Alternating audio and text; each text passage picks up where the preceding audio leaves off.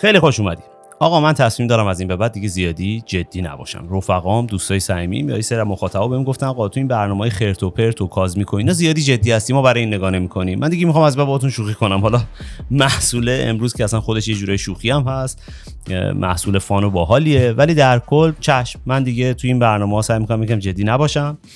و البته که تو کازمیک کانکشنز دیگه اجازه جدی باشم دیگه، اونجا واقعا برنامه نمیطلبه که بخوام باهات شوخی بکنم. البته کازمیکو کمتر کردیم. این قسمت از خرت و پرت میخوام بهتون دیووم پیکسو 64، اسمش یه جوری نی، دیووم پیکسو 64، یکی از چیزهای جدیدی که خودم برای خودم باز دوباره خریدم، اسپانسرد بای می، بهت معرفی کنم. یه پیکسل آرت دیسپلی خیلی باحاله، ببینش. که اول بریم پلاستیک دورشو باز کنیم، تیکه جذاب قضیه، و بعد با این قسمت خرت و پرت در خدمت شما باشیم. خرت و پرت.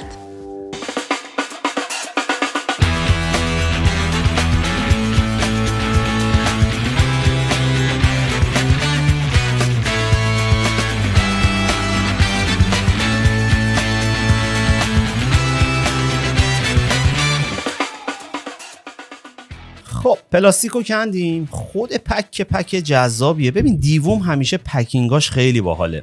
اینو من چرا خریدم و اصلا به چه دردی میخوره؟ دیووم پیکسو 64 که بهتون گفتم یه پیکسل آرت دیسپلی هست، یه حالتهای رترو قدیمی طور و اینجور چیزا رو داره که الان خب طبیعتا توی مانیتور با این سایز میشه با رزولوشن بالایش گرفت که خیلی باحال باشه، ولی این حس و حال پیکسل بودنشه که حال میده. این چیزی هم که اینجا میبینی دی2 یه محصول قدیمی در واقع دیووم هست که من قبلا خریده بودم. خیلی باحاله، یه مانیتور رترو قدیمیه که توش خیلی از کارا اینو میشه کرد، منتها خب تعداد پیکسلاش کمتره. بریم باز کنیم خود دیووم. و این محصول تقریبا 2 سال اومده توی بازار. من خیلی وقت بود دوست داشتم بخرم، اتفاقا میخوام نصبش کنم اینجا کنار یکی از اینا، یعنی یکی از اینا احتمالاً حذف میشه و شاید در آینده یه دیووم 32 هم خریدم. اون 32 پیکسله، این 64 پیکسله. حالا منظورشون از 64 اینه که 64 پیکسل عرض و ارتفاع در واقع پیکسل توش هست که خیلی چیز باحالیه. 2 سال پیش عرضه شده، بهتون گفتم این قضیه رو. قیمتش یه چیزی اینجا هولوش 6000 لیره، هولوش که نه دیگه، دقیقاً 6000 لیره و خیلی جای زیادی هم عرضه نمی‌کنن اینو. و قیمت جهانیش هم اگر اشتباه نکنم میشه هولوش $130. بریم ببینیم که تو جعبه پیکسو 64 که خیلی پکینگ خوشگلی هم داره چه خبر است. ببینین احتمالاً کیبل میبلا توشه. حالا من بازش میکنم و کم کم میخوام بهتون توضیح بدم که کیبل میبلا که فقط یه دونه کیبل توش بود، اینا میندازیم کنار.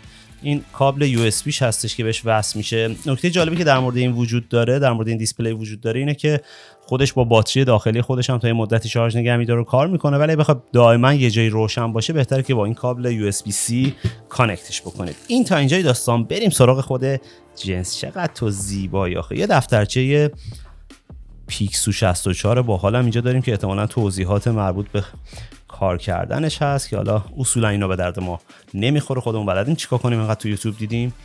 این پک خیلی باحاله، پیکسو 64 کاور روشو در میاریم. در واقع ببین یه فریمه مثل یه قاب عکسه که هر جایی میتونی بذاریش، میتونی به دیوار نصبش کنی، میتونی رو میزت بذاری، حالا حالتهای مختلفش هم الان بهت نشون میدم و خیلی کارهای باحالی میکنه. چه کارهای باحالیشو الان جلوتر بهت نشون میدم. چقدر حال میده چیز نو رو باز میکنی، اصلا دوست داری ببین فقط چیز نو باز کنی.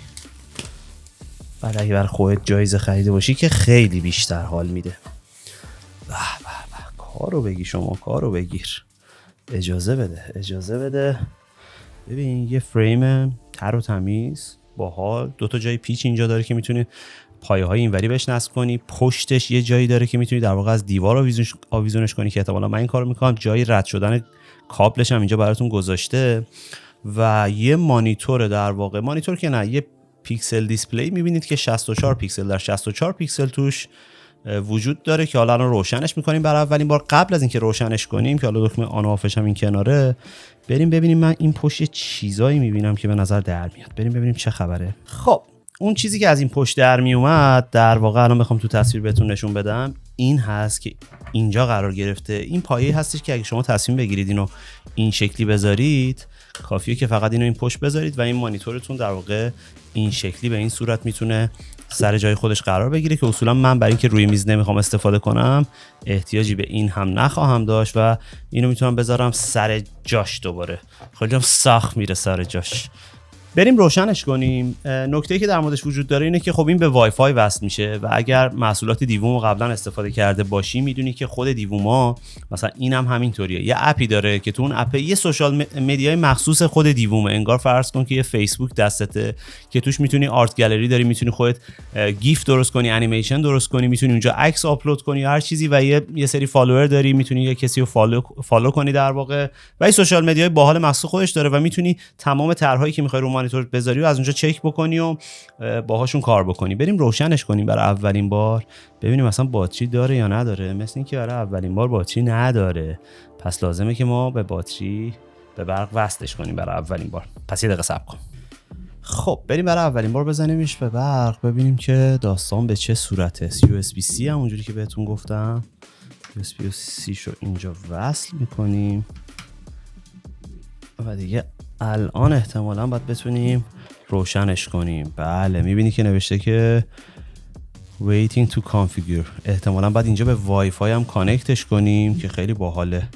خب من میخوام یه سری حالا توضیحات بهتون بدم و بعدم بریم سراغ این که چقدر بانمکه. ولی نگاه کن وقتی روشنش کردی حالا داره کانفیگور میکنه. بذارینم اینجا برایتنسش هم از این کنار کم و زیاد میشه. اینو زیادش کنم اول.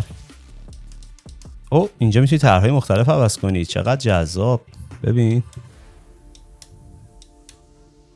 خیلی باحاله. گفتم بهتون ورژن 32 پیکسلیش هم هست که خب طبیعتا رزولوشنش یه جوری این پایین‌تره، سایزش هم از این کوچیک‌تره. شاید اونم در آینده من بگیرم. ولی حالا میخوام بهت یه توضیحاتی بدم. فعلا چون ستاپ نشد و وای فای نداره میخوام به توضیحات بدم که ببین اینم اکولایزر در واقع، یعنی ویژوالایزر یه جورایی که با صدای تو ببین الان صدام بخوابه این دیگه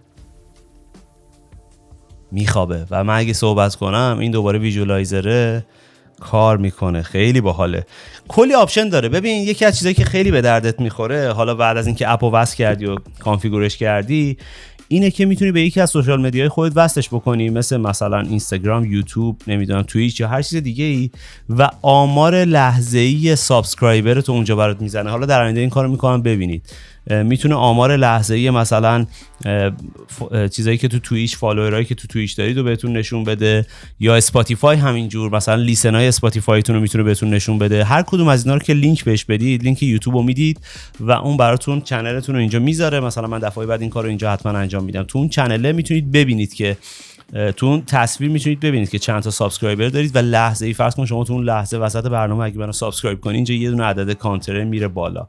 میتونه تغییرات نرخ ارز دیجیتال رو در واقع بهتون نشون بده. بیت کوین یه صفحه واسه بیت کوین داره میره بالا و اونها همه آنلاینه دیگه چون خودش وصل میشه به اینترنت.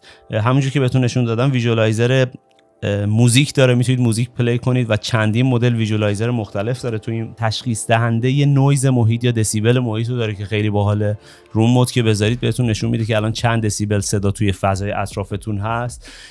با اسمارت هوم‌های مختلف میتونه کانکت بشه و باهاش کار بکنید. مثلا به الکسا میتونه وصل بشه و این دوتا به هم دیگه لینک باشن. اگه تو خونتون از اسمارت هوم استفاده میکنید، از یه دیوایس اسمارت هوم استفاده میکنید، این میتونه خیلی به درد بخوره باشه براتون. بیشتر نمیخوام بهتون توضیح بدم در موردش به خاطر اینکه در آینده اینو روی دیوار من با چیزهای مختلف خواهید دید. متریال خیلی باحالی داره. من از دیوم خیلی حال میکنم. این دی2 رو هم که داشتم خیلی چیز بانمک و رترو خوشگلیه. کلا کارشون اینه که یه سری محصولات رتروی فیلینگ مثلا گیمینگ و چیزهای قدیمی و اینا برات درست میکنن که من خیلی باهاش حال میکنم.